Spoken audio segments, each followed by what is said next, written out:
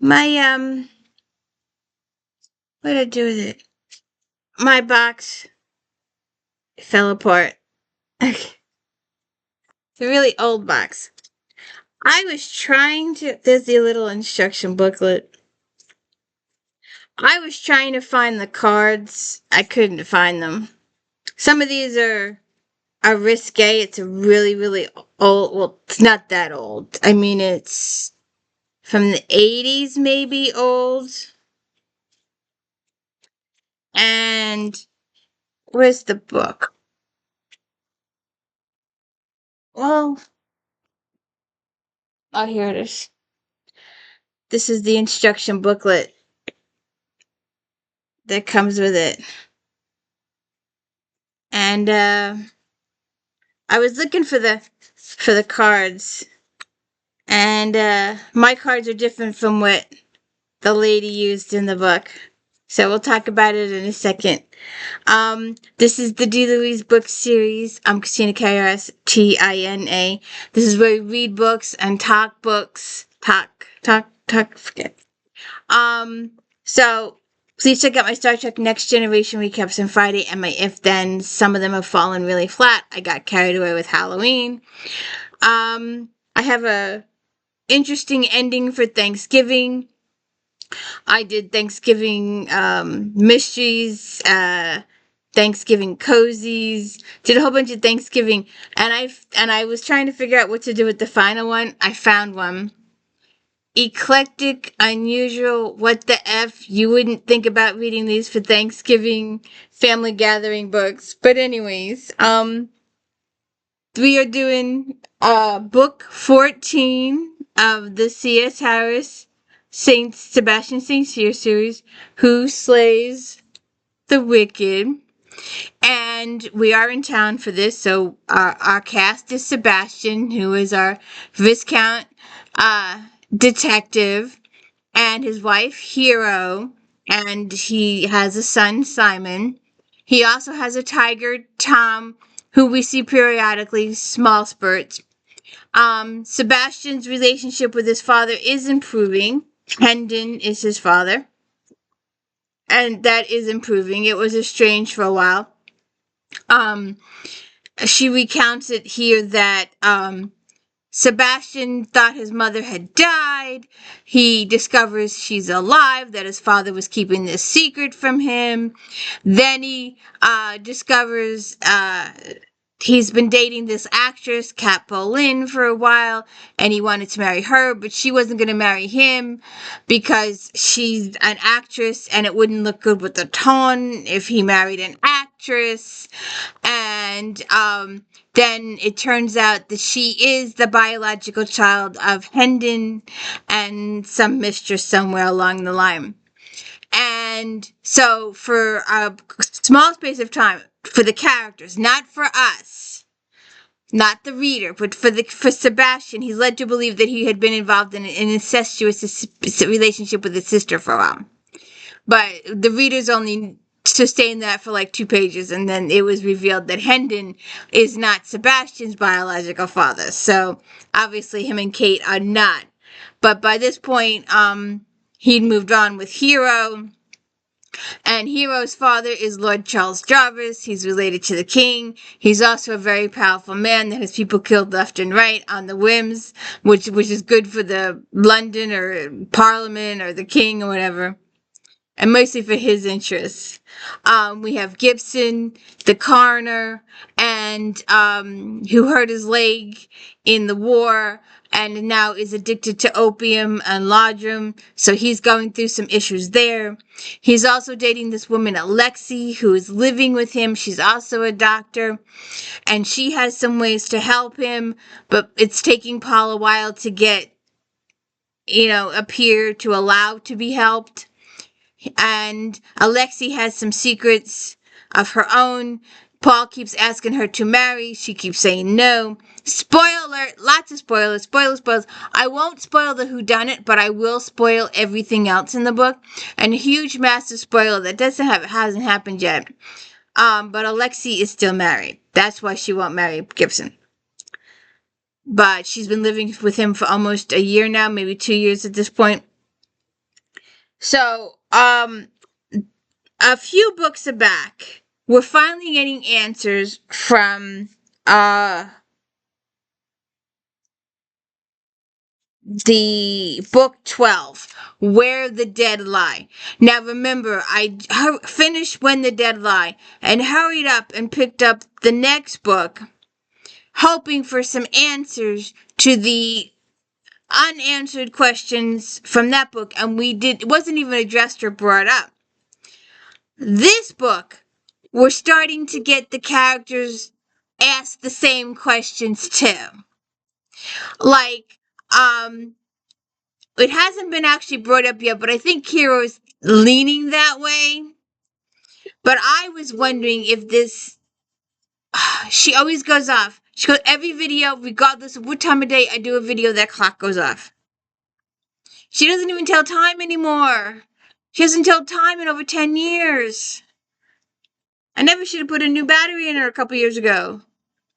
And she told time for like a month, maybe less. And she stopped at 9:30. Somewhere along the line, she ended up at 10:30. She's at now 5 to 11. And she's been at 5 to 11 for about a month. So we'll see what happens. So anyways, so I was waiting, I was anxious for answers, and it wasn't even addressed. So now we're starting to get a little bit of questions in the characters' minds. I was wondering, since Cousin Victoria showed up so unexpectedly and became a companion to Hero's mom, and then Hero's mom died, I was kind of wondering if Victoria had anything to do with her mother's untimely death. That hasn't been addressed yet. But we are led to believe, the characters are led to believe, that Miss Victoria and Jarvis are between the sheets. And Hero does address that with her talk with Sebastain, that she does have an inkling that Victoria is in bed with Jarvis in some way or the other. Would you, Smokey? Why do cats do cute things off camera? So, we also have Madame Bichette, who knows so much. She's a really good fortune teller, and she knows so much but doesn't reveal anything. She gives questions to the characters, and she does the cards. And, she was talking about a moon with scraggly mountains. This was the only one that even came close with the moon. And then she had a cloudy one with this guy with a cease, but none of mine have cease. So my guys have swords. So we have swords and wands in these cards. Cups, wands,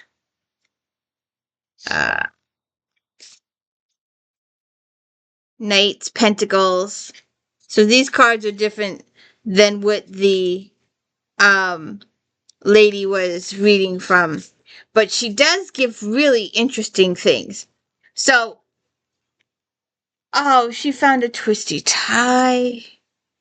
Smokey.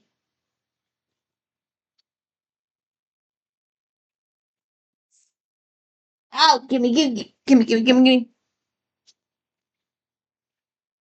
This is the 30-year-old twisty hair ribbon thingy that I was using to hold the books together.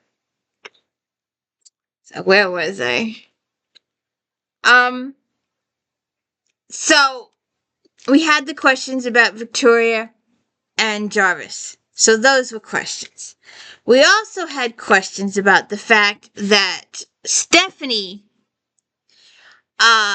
was going to, or did at the end of the book, married a Viscount, Marquise Ashford, who has been proven to be a murderer of children and a rapist of children and a man who liked BDSM, severely liked it, to the point of whipping and spilling blood of his victims, I guess you could say.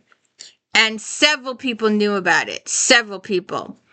And Sebastain tried really, really hard to prevent Stephanie from marrying the guy. But in the book, it was insinuated she wanted the prestige of being a marquis's wife and the money. Well, she has her own money, but the guy needed the money, so he married her.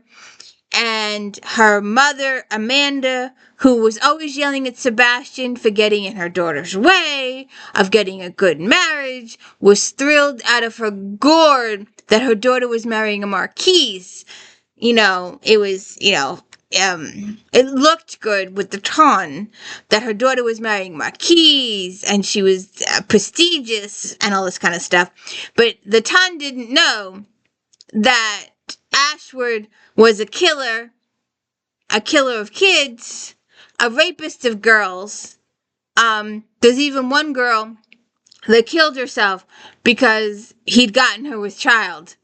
And she was so embarrassed and hurt and tormented by the whole thing that she killed herself. And her mother is now living with the grief. And it turns out her mother is Madame Blanchette, our tarot card reader. And, but anyways, we'll get to her in a second. But she's the most interesting character in this whole book. Because,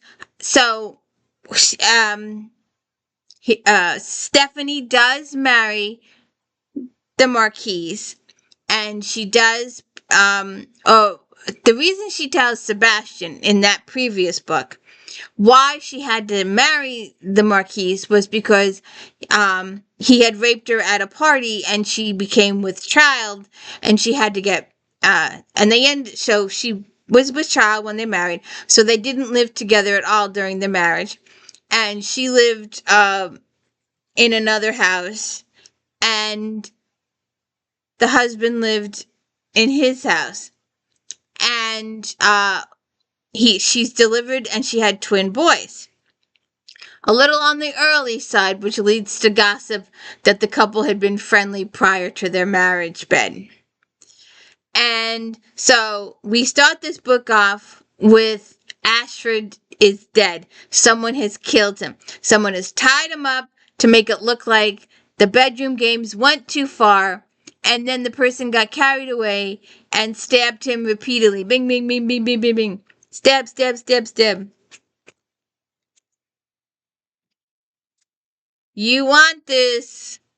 You want this. I know you want this. Temptation. So, he's dead. And Sebastain thinks, because it looks like a woman did it, there's enough. What are you looking at? Stop it.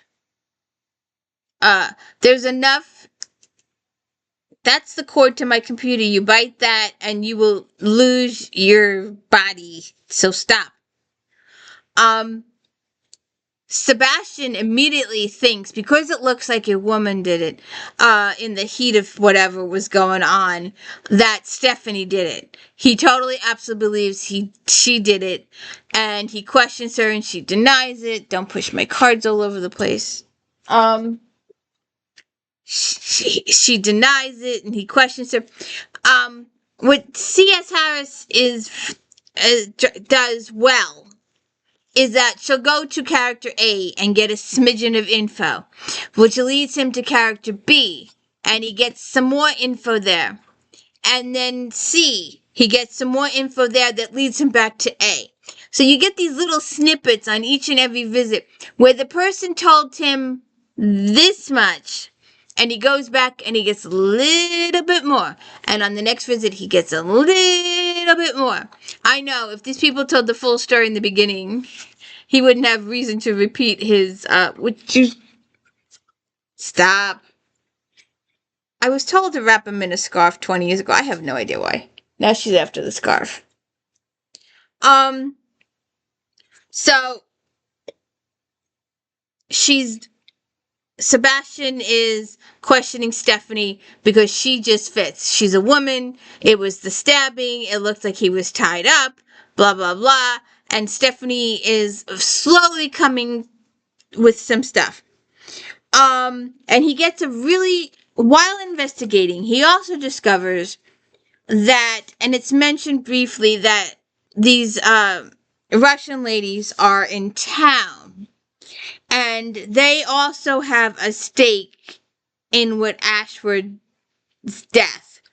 And it's not revealed till later what the actual stake is. But when he finds out that one of the girls that Ashford raped and became with child killed herself, Ashford goes and talks to the mother, and that is Madame Blanchette. And while talking to Madame Blanchette, she gives him a card reading. And the card reading doesn't have to do with the case. The card reading has to do with Sebastain personally. And it brings up a whole slew of questions. The book represents a secret of great importance. Her eyes narrowed as if she was seeing something unexpected. A secret that relates not to the murder of Ashwood, but to you. It is an old secret that has long lain hidden, despite your attempts to unveil it. But the unmasking of deceptions can be dangerous. You must understand well the pearls of this personal quest upon which you have embarked.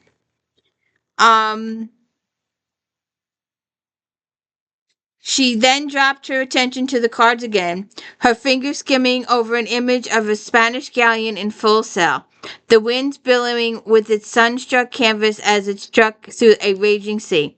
She frowned but kept going, her hand coming to rest on an image of two soaring birds, the dark wind silhouetted against a stormy sky. Birds were once considered messages from gods to mankind.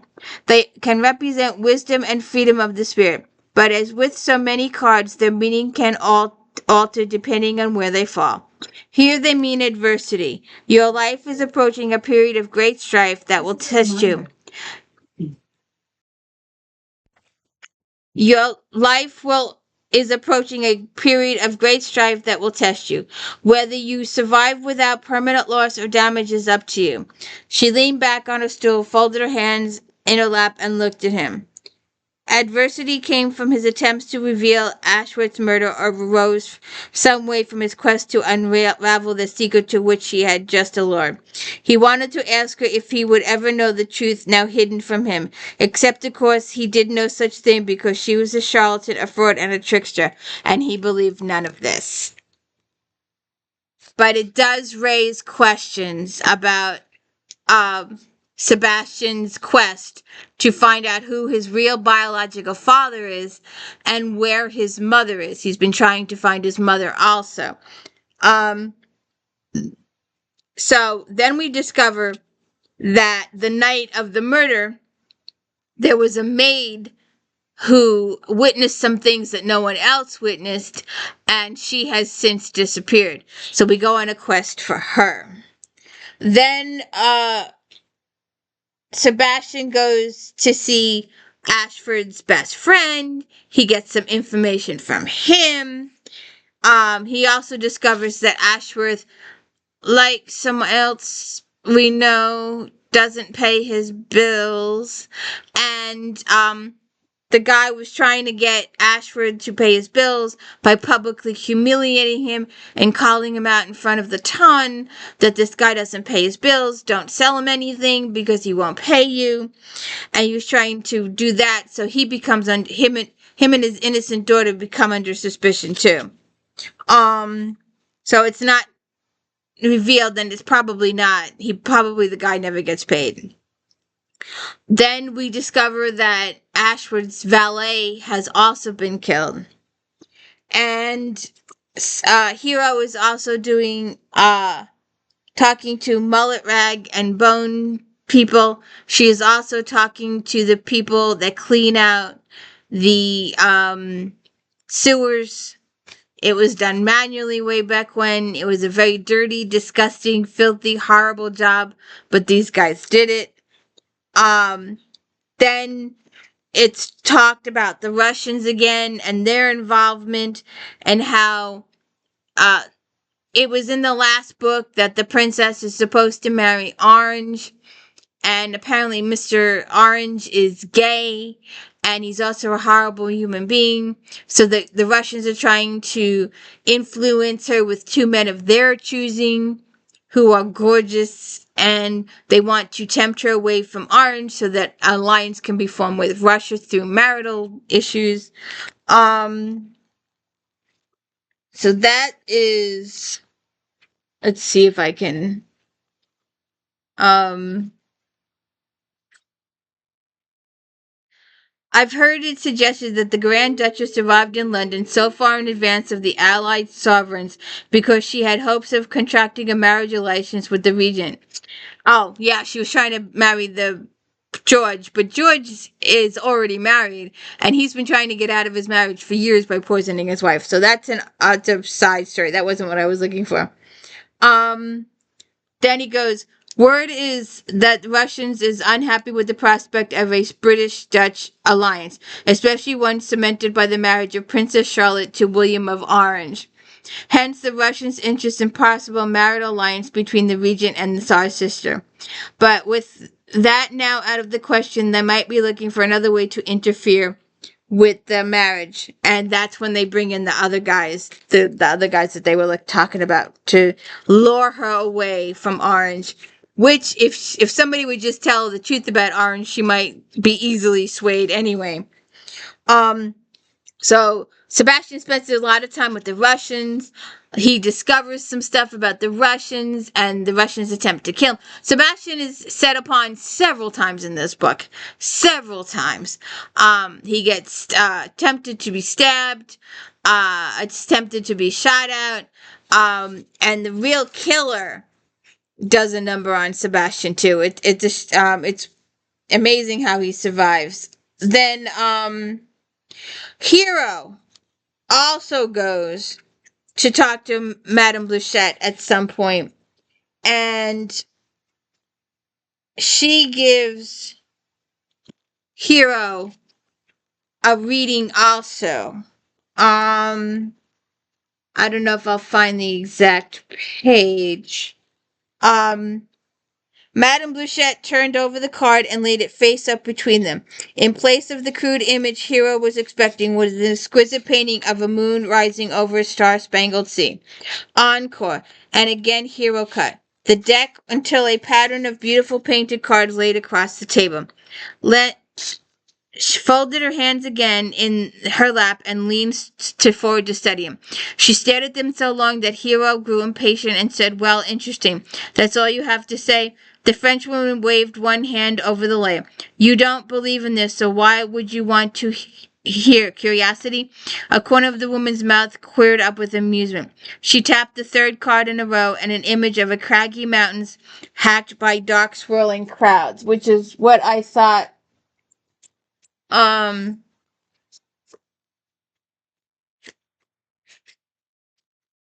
I lost it now, didn't I? Well, I showed it to you in the beginning, right? Um, the this one and the clouds. I don't know. There's clouds too, but my cards aren't exactly what her cards are. So, she said, this tells me you may have a powerful enemy, an enemy who is near you. You must be wary of those who envy you in spite of yourself. And I'm thinking Victoria at this point. I am really thinking Victoria has something against Hero. Um, uh, Hero felt a faint chill up her spine as I cannot say. Of course, the Frenchwoman's hand skimmed over the cards to an image of a seized in the bony hand over a cloaked skeleton. The Viscount had this card in a similar position. It's a warning that you are in serious danger. You must be prudent in the places you go, the things that you do, and the people you meet. Well, that narrows it down. Who said that? All these cards. You can tell me I'm in danger and I should be wary of someone near me. Most of the rest you already know. Or is it not for me to tell you? You never answered my last question about Ashwood. Would you have, if you, she wanted to know that if the madam didn't foresee Ashwood's death, would she have killed him herself? So we'll see what happens. I can't tell you how many people die in this book. and how many times Sebastain is attacked, and how many times his life comes under scrutiny. But we do get some visits from the past. He goes back to the town from book 12 again, who buries the innocent. No, who buries the dead. Book 12 a lot, and we get a little few more answers from that. But I'm anxious for the next book, so if you could please hit the like and subscribe and let me know I'm doing a good job, I'd really appreciate it. And I'm sorry my cards aren't as colorful as the ones described in the book. I gotta go find some new rubber bands now to wrap these up, because somebody wants the old one.